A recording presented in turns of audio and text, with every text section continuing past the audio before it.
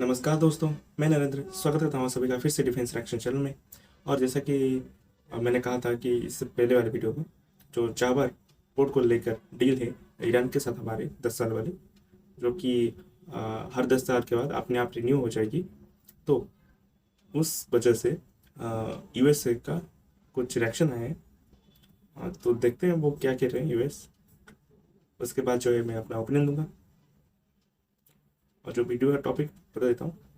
US warns India of sanction over US warns India of sanctions over Iran Chawar deal. Why is US angry? मैं प्रसन्न धवन और channel आप सभी को पता ही है, स्टडी IQ IAS। तो पहले वीडियो देख लेते हैं, उसके बाद जो है मैं अपना ओपिनियन दूंगा।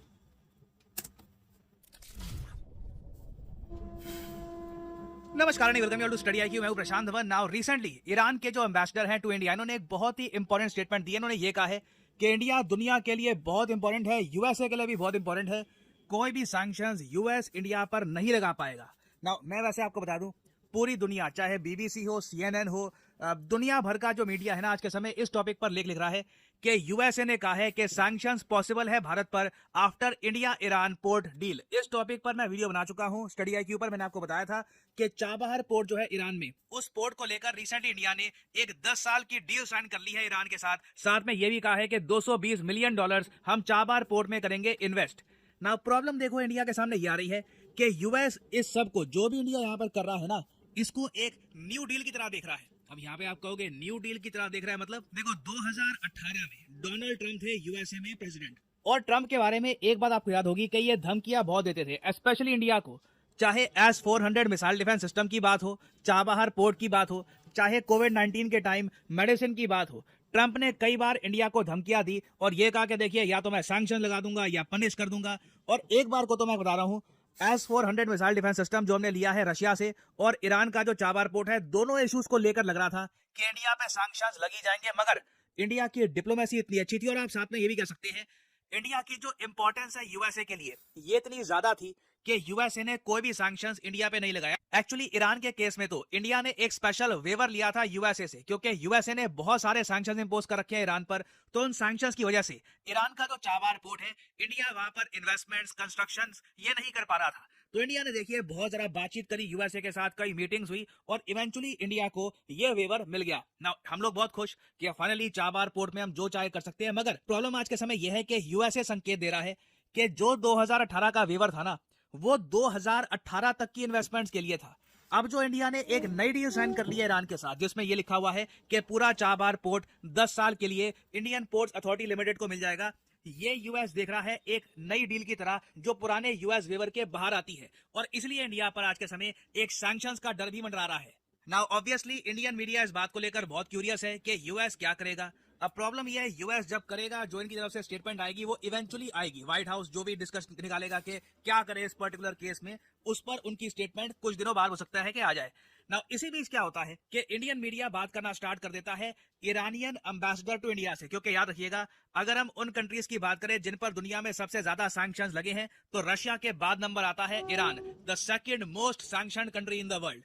तो इनके पास गया इंडियन मीडिया और इनसे पूछा कि देखिए सैंक्शंस के बारे में आपसे जरा कौन जानता है, सुबह शाम आपके तो मतलब सैंक्शन ही चलते रहते हैं, तो हमको थोड़ा सा गाइड करिए कि यूएसए के सैंक्शंस कैसे लग सकते हैं, कौन से सैंक्शंस होंगे और इंडिया को इससे क्या झटका लगेगा। थोड़ा सा बताइए हमको, क्योंकि आपकी एक्सपर्टीज है इस मामले में, पीएचडी कर रखी है आपने। तो इस क्वेश्चन के जवाब में ईरान के जो एम्बेसडर है टू इंडिया, इलाही साहब, इन्होंने ये कहा, पहली बात तो मुझे लगता नहीं है कि यूएस इंडिया पे सैंक्शंस डालेगा। सीधा सीधा इन्होंने यहाँ पर ये कहा है, I think the importance of India, India की इंपॉर्टेंस आज के समय इतनी ज्यादा है कि ये प्रिवेंट करती है any side from imposing sanctions on India regarding cooperation between India and Iran on Chabahar.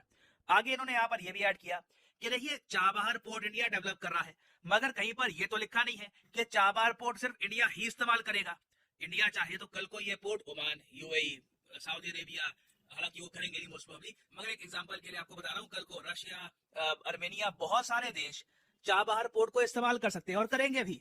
तो अगर मान लीजिए hypothetically speaking US Chabahar port के इशू को लेकर इंडिया पे सैंक्शन लगाता है, तो इससे ना सिर्फ इंडिया नाराज होगा इससे सेंट्रल एशियन देश नाराज होंगे, रशिया नाराज होगा, क्योंकि रशिया, सेंट्रल एशिया समेत जो कई देश हैं, इनके लिए भारत तक पहुंचने का जो रास्ता है ये चाबहार पोर्ट से ही जाता है, क्योंकि पाकिस्तान तो इनको ट्रांजिट देगा नहीं, और ऑब्वियसली रास्ते में अफगानिस्तान भी आता है, अफगानिस्तान से कोई गुजरना नहीं चाहता। तो चाबहार पोर्ट आप कह लीजिए एक बहुत ही इंपॉर्टेंट शॉर्ट रास्ता है टू इंडियाज ह्यूज इकोनॉमी। तो इसलिए ईरान के एम्बेसडर ने यहां पर यह भी कहा है, if the US imposes any sanctions on this project, it means the US is going to harm the trade of many countries। ना सिर्फ इंडिया ईरान को इससे नुकसान होगा, रीजन में इतने देशों को नुकसान होगा कि यूएस ये अफोर्ड नहीं कर पाएगा। और इंटरेस्टिंगली यूएसए की आज के समय कितनी पावर बची है इंटरनेशनली, इस टॉपिक पर जयशंकर साहब की एक स्टेटमेंट है, ये इंटरनेशनल सर्किट में काफी वायरल हो गई थी। मैं देख रहा था बहुत सारे जो अमेरिकन पेजेस हैं, यूरोपियन पेजेस हैं, ये जयशंकर साहब की जो क्लिप है इसको काफी शेयर कर रहे थे। जो क्लिप है ये आप सुनिए। Dominance of the United States, which started after the end of the Cold War, I think today has effectively come up there.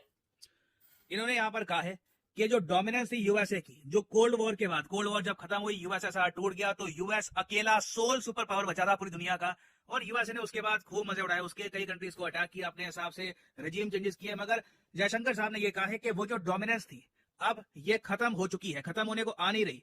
It has effectively come to an end. ये USA का एक बहुत ही important partner country, एक friendly country, जो US काफी बार कहता है, ये ओपनली कह रहा है इंग्लिश लैंग्वेज में। अमेरिकन ने सुनी है ये बात। तो दोनों फैक्टर्स यहाँ पे इन्वॉल्व हैं। एक तो इंडिया की जो इंपॉर्टेंस है ये काफी हद तक बढ़ गई है, साथ ही साथ यूएस की जो ओवरऑल अथॉरिटी थी एज ए डोमिनेंट पावर वो उतनी बची नहीं है। तो चाहे देखिए वर्ल्ड मीडिया इसके बारे में जितने भी आर्टिकल लिखे, चांसेस बहुत ज्यादा कम है कि यूएस एक्चुअली सैंक्शंस इंपोज करेगा इंडिया पर ओवर चाबहार पोर्ट। मगर फिर भी देखिए ये टॉपिक बहुत न्यूज में रहेगा। मोस्ट प्रोबेबली यूएसए की तरफ से एक बड़ी स्टेटमेंट आनी बाकी है। यूएस अगर कुछ न्यू या फिर आउट ऑफ द बॉक्स कहता है इस टॉपिक के बारे में, तो मैं आपके लिए बाद में अपडेटेड वीडियो ले आऊंगा। फाइनली आपसे पूछूंगा एक क्वेश्चन। देखिए वर्ल्ड हाइड्रोजन समिट 2024 आजकल बहुत न्यूज में है।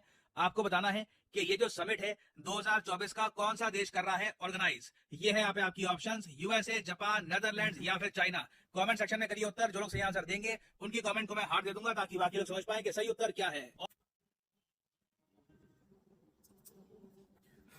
तो दोस्तों जो वीडियो हो जाए खत्म, और किस तरह से ये दोगला यूएस अपना काम करता है, और क्या कहूँ, डराता धमकाता है एक तरफ से, और दूसरी तरफ से क्या कहता है कि नहीं भाई ये तो हमने कहने के लिए किया, मतलब करने के लिए कहा था। मतलब कमाल की इन्फ्लुएंस है यार, कमाल की सोच है इनकी। सोचते हैं कि मतलब पूरी दुनिया जो है इन्हीं की बात सुनेगी, पर ऐसा होता तो नहीं, क्योंकि वास्तविकता अक्सर निराशा होती है। और हमारे जैसे जो डेवलपिंग कंट्री है, जो सुपर पावर बनने की राह पे चले हैं, तो रिप्लेस करने वाले हैं यूएसए को और सुपर पावर में। देखते हैं कहाँ तक ये जो यूएस सैंक्शन लगा पाता है। आखिर ये दोगला कंट्री रहेगा तो दोगला ही, जो भी कर लो, है ना। क्रिकेट से भी ज्यादा तेज रंग बदलता है यूएस अपने। तो देखते हैं क्या क्या होता है, सैंक्शंस लगाता है भी है या नहीं। और जिस तरह से अभी भारत का से फर्स्ट ट्रेडिंग पैटर्न बढ़ चुका है, तो देखते हैं वैसे करता क्या है। और भारत जो ईरान से तेल लेने वाला है वो भी कब तक लेता है, क्योंकि पास पड़ता है ईरान, कम रेट में तेल मिल जाएगा। क्योंकि जो डिस्टेंस होता है ट्रेडिंग के लिए कहीं ना कहीं वो काफी इंपोर्टेंस रखता है। अगर वो ज्यादा दूर होता है तो वैल्यू कहीं ना कहीं बढ़ जाती है, जो भी आ रहा है गुड्स, है ना, तो उसकी वैल्यू बढ़ जाती है, उसकी प्राइस भी। तो देखते हैं आखिर यूएस से कौन से सैंक्शन लगाएगा भारत पर। और प्रशांत आंसर ने जैसे कहा कि मजा आएगा जब भारत बिना किसी सैंक्शन के पावर के यूएसए के सामने ईरान से तेल लेगा, तो हमें भी इंतजार रहेगा उस न्यूज का और भारत के जोखिम भरे कदम का। तो देखते हैं क्या होता है। तब तक के लिए नमस्कार, जय हिंद, जय भारत।